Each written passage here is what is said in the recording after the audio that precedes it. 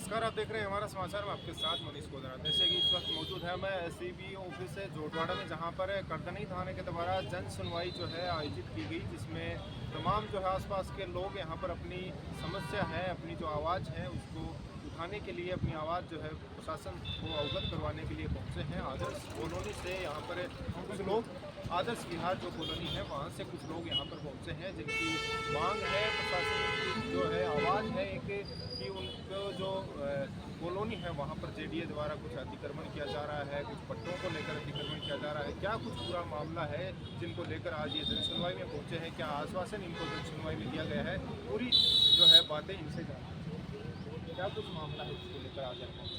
देखिए, आज इस जन सुनवाई कार्यक्रम में हम सभी आदर्श विहार विकास समिति के बैनर के नीचे आए हैं और हम लगभग 20 वर्षों से प्रताड़ित चल रहे हैं, हम पीड़ित हैं। और इस भूमाफियाओं का एक ऐसा षड्यंत्र जो लंबे समय से 25 साल से जो न्याय प्रणाली है उसको भी धोखे में रख करके और षड्यंत्र कर करके हमारे को बेदखल करना चाहते हैं। हमने इसके रिगार्डिंग पहले भी बहुत बार करदनी थाना के अंदर एफआईआर लॉन्च करवाई और उसके साथ में ही जब हमने ये प्लॉट हमारे को बेचे गए तो 90B हो चुकी थी। फिर इस 90B को काश्तकारों के द्वारा चैलेंज किया गया और हाई कोर्ट से उसको विड्रॉ करा दिया जाता है। इस षड्यंत्र में जेडीए की भी पूरी मिली भगत है। जब जेडीए के पास ये सारा मैटर है और जब समय समय पर जो भी एफआईआर यहाँ लॉन्च हुई है और उन एफआईआरों के अंदर इन्वेस्टिगेशन ऑफिसर्स ने जब इन्वेस्टिगेशन किया तो इन्वेस्टिगेशन के अंदर ये क्लियर साबित हुआ कि ये प्लॉटधारी हैं जो सही हैं, इन्होंने अपने जो प्लॉट खरीदे वो सही खरीदे थे। लेकिन काश्तकारों और कॉलोनाइजर ये भूमाफिया हैं, इन्होंने ज़मीन का भाव बढ़ जाने के कारण से इनके मन में लालच आया और ये सभी हमारे प्लॉटधारियों को परेशान कर करके चाहते हैं कि किसी भी प्रकार से ये औने पौने दामों में प्लॉट उनको बेच जाएं।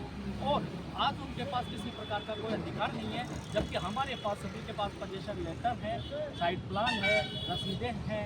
बावजूद इसके इन्होंने शपथ पत्र झूठा पेश कर करके और जेडीए जोन 12 के नॉलेज में यह मामला 2002 से है, लेकिन 2024 के अंदर संशोधित मानचित्र पास करवा लिया जाता है। और एक मौका ऐसा देखा जाता है जब 10 दिन की रेगुलर छुट्टियां आती हैं और 20 तारीख को दीपावली होती है और 21 तारीख को केवल एक वर्किंग डे होता है। 18/10 को इन्होंने 18/10/2024 को इन्होंने पेपर में सार्वजनिक विज्ञप्ति जारी की कैंप के बाबत।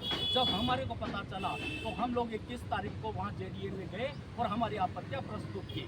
आपत्तियां प्रस्तुत करने के बाद भी ये जेडीए और भूमाफिया ये बात नहीं आए, बल्कि इन्होंने उन तथ्यों को छुपाते हुए झूठा एफिडेविट, जिनके मकान बने हुए हैं, जिनके पास पोजेशन पत्र है, जिनके नाम से लाइट बिजली का कनेक्शन उनके नाम से है, जिनका आधार कार्ड बना हुआ है, वहाँ पर ये बताया गया कि ये उनकी निजी संपत्ति है।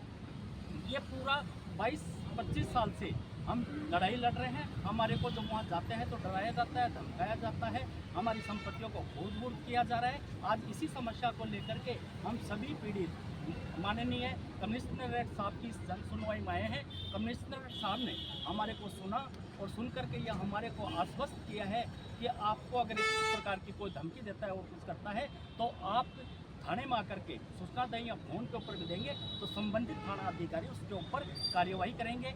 ये SK शर्मा जी, ये रोहितास मीणा जी जो विकास समिति के अध्यक्ष हैं, ये भी लगातार सतत उनके अत्याचारों से पीड़ित हो रहे हैं।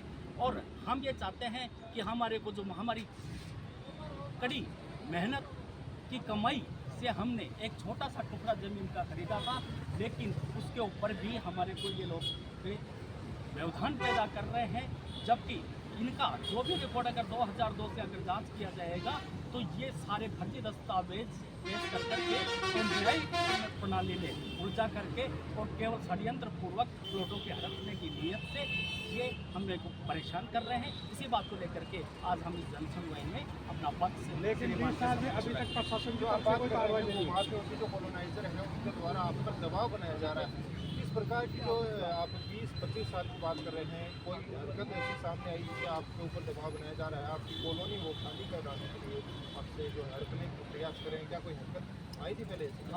हाल ही में जब इन्होंने 8/10/2024 को जो नक्शा अनुमोदन करवाया, तो उससे पहले जब संपूर्ण पत्रावली जेडीए के पास है, उनके पास नोटशीट है, उनको नहीं देखा गया और बावजूद इसके एक एफिडेविट लेकर के और यहाँ पर तहसीलदार आए, यहाँ पर एटीपी आया और आकर के रिपोर्ट करते हैं। जो बाउंड्री वाल लोगों की बनी हुई थी उनको नज़रअंदाज किया गया, लेकिन सामने जो बहुमंजिला इमारतें यानी 3 मंजिल की इमारतें थी, केवल उनको दिखा करके और उस नक्शे में एक नोट डाल दिया गया कि इसको समायोजन किया जाएगा।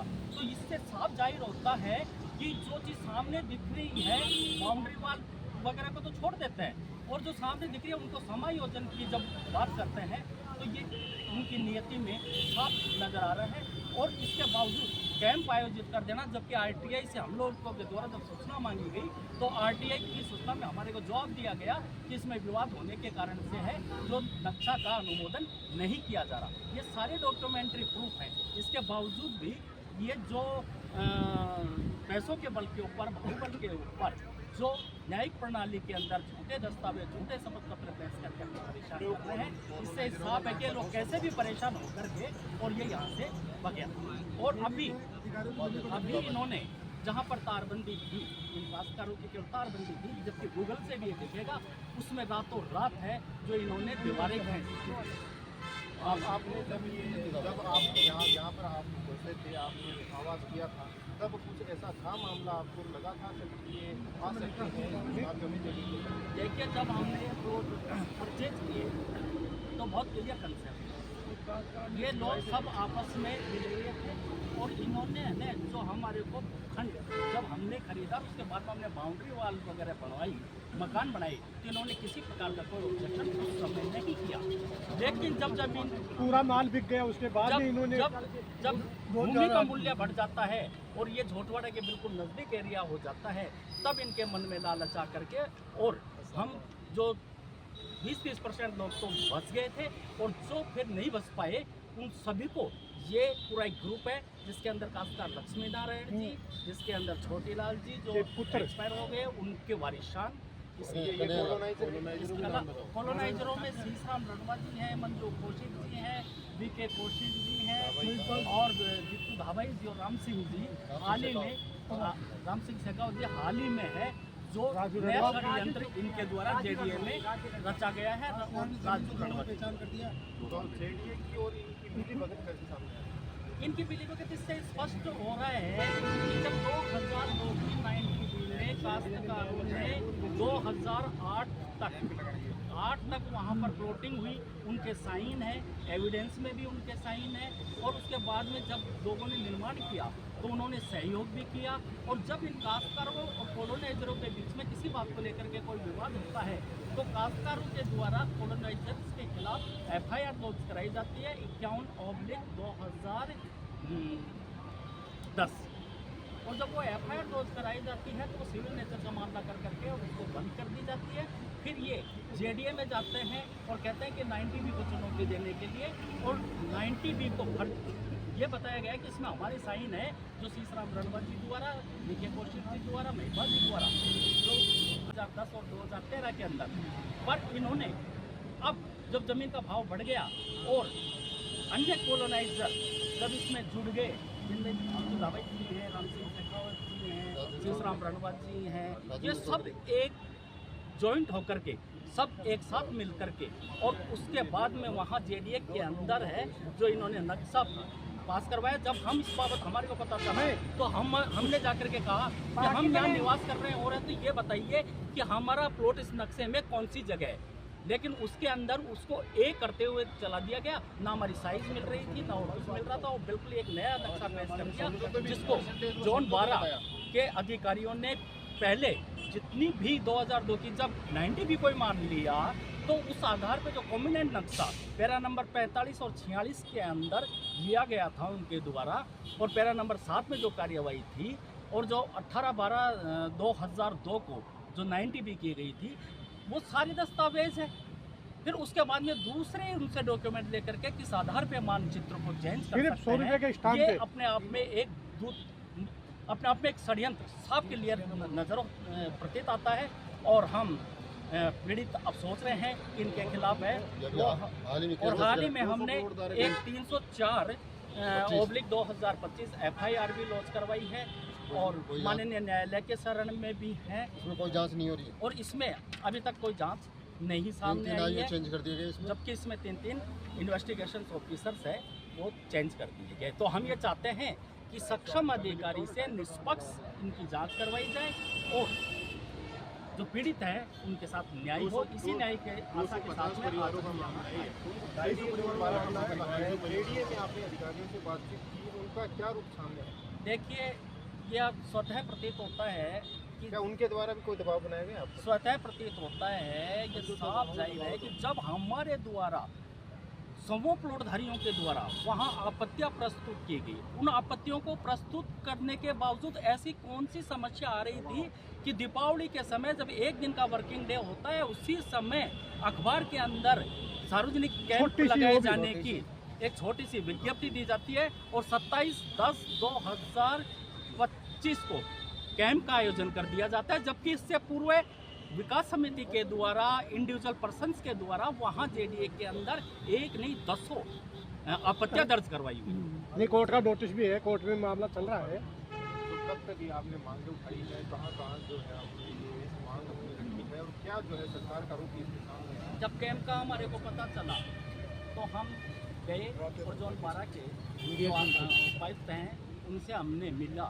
और मिलने के बाद में हम असिस्टेंट कमिश्नर राकेश जी से मिले और उस समय कैंप को स्थगित किया गया। माननीय मंत्री महोदय UDS मंत्री महोदय जावर सिंह खर्रा जी से भी हम मिले, तो मामला सभी के सामने है।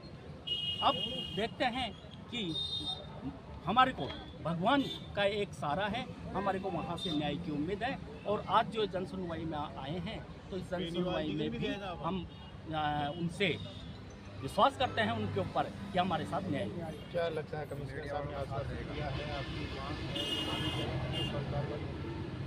जिस प्रकार से कमिश्नर साहब ने आज आश्वासन दिया है उससे हमारे को लगता है कि हमें न्याय मिलेगा और इसमें निष्पक्ष जांच होगी, ऐसा हम मानते हैं। अगर अभी ये मामला जो आपका टाल मटोल कर दिया जाता है तो क्या रणनीति होगी आपकी?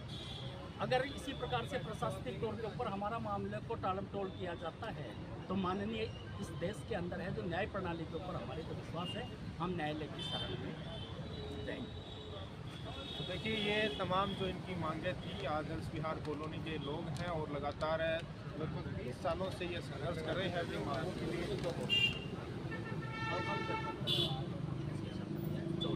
क्या आश्वासन दिया गया कमिश्नर साहब? जैसे मेरे साथी अक्षोजी ने बताया वो सही बात है, लेकिन आज क्या है, जैसा कि हमने भी कहा था कि कई नए डेवलपर दे कम इनटू पिक्चर, जिसमें राजेंद्र चौधरी जी हैं, उन्होंने हमको प्रपोजल भी दिया है कि जो भी प्लॉट होल्डर्स हैं उनका 50% कम किया जाएगा और उसके साथ 5,000 रुपये पर गज चार्ज दिया जाए। इसका हम तात्पर्य ये है कि आप पर मेंटल दबाव होगा। मान लीजिए किसी के पास 100 गज ज़मीन है, 50% तो उसके वैसे ही गई, उसका कोई आधार ही नहीं। और दूसरी बात 5,000 गज कर रहे हैं, एक 100 का यदि मान लीजिए 5,000 से मल्टीप्लाई कीजिए 5 लाख रुपए होते हैं। कोई साधारण व्यक्ति 5 लाख दे ही नहीं सकता। इस तरह का मेंटल प्रेशर डेवलप करके चाहते हैं कि सब लोग पीछे हट जाएँ और जैसे जैसे किया जाए वैसे वो कर सके ताकि मैक्सिमम कमा सकते हैं। इसी मामले में मैं ये कहना चाहूँगा, हाई कोर्ट में जब काश्तकार लोग पहले गए थे तब कहा गया था कि सीताराम रहमा जी के दस्तखत फर्जी हैं और फर्जी के आधार पर ही उन्होंने भेज दिए। ऐसा किया जिसका आगे जाकर फॉरेंसिक लेबोरेटरी के हिसाब से भी रिपोर्ट हुई, उसके हिसाब से इनको स्टे मिल गया और इससे मिला 2013 में हाई कोर्ट के द्वारा। जब हमने देखा कि हमने 2005 में खरीदे प्लॉट और प्लॉट्स के बाद 2013 के बाद क्योंकि खातेदारों ने JDA और अन्य लोगों को पार्टी बनाया था, तो ये 10 आगे 10 साल से कुछ भी नहीं हुआ हाई कोर्ट में, तब जा करके हमने एप्लीकेंट के हम भी रेस्पोंडेंट बने, तब हाई कोर्ट ने हमारा रेस्पोंडेंट बनना स्वीकार किया। That is in 2023। तब काश्तकार जगे कि अब हमारा जवाब नहीं होता। और अगर हम गलती है तो हमारे को वोट देना ही क्यों चाह रहे हैं? 50% क्यों दे रहे गलत हैं तो वो हमारे को 50% भी क्यों देना चाहते हैं? अगर हम गलत हैं तो वो क्यों दे रहे हैं? हाँ बस वो तो बिल्कुल ये तो मानते हैं, सभी को ऑफर है। खुद ये कह रहे हैं। मैं 10 दिन आदर्श विकास समिति का अध्यक्ष हूँ और मैं सभी भाइयों से निवेदन करता हूँ कि कमिश्नर साहब ने जो आश्वासन दिया है उसमें अपने को उपलब्धि मिलेगी और न्याय मिलेगा।